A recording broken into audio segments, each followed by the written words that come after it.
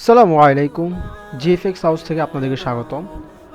আজকে আমরা একটি কনসেপ্ট নিয়ে কাজ করব, লোগো কনসেপ্ট নিয়ে। সেটা হচ্ছে logo N plus you.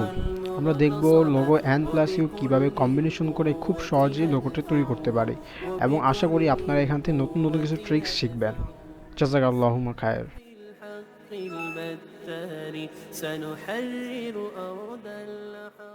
Rectangle নিয়ে নিলাম এবং আমি গ্রিড সিস্টেম চালু করেছি। আপনারা যদি চালু করতে চান খুব সহজে চালু করতে পারেন, রাইট ক্লিক করে। আচ্ছা, গ্রিড সিস্টেম নেওয়ার পর আমি ডুপ্লিকেট করলাম এটাকে।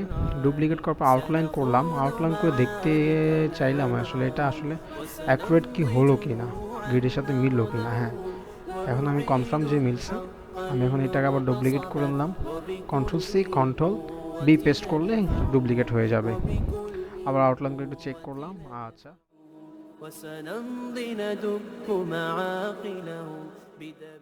রেক্টেঙ্গেল নিলাম।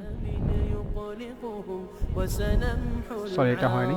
আচ্ছা, আমি ডুপ্লিকেট করে নিই। আচ্ছা, না থাক, এখান থেকে নিয়ে নিই, কালারটা চেঞ্জ করে নিই। এখন আমি একদম উপরে চলে গেলাম, দুটো স্টেপ নিলাম। এখন এখান থেকে আমি তিনটা ঘর বাদ দিব। 1 2 3 4, চারটা ঘর বাদ দিলাম, sorry.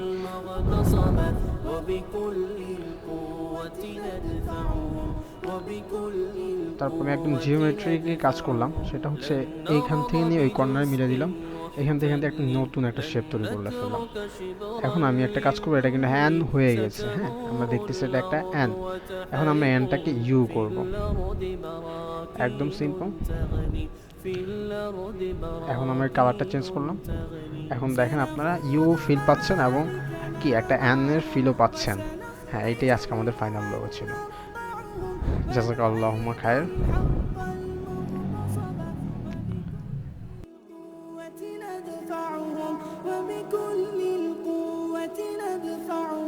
سنخوض معاركنا معهم وسنمضي جموعا نردهم ونعيد الحق. Thanks for watching this video. Please subscribe our YouTube channel for regular update. Thank you so much.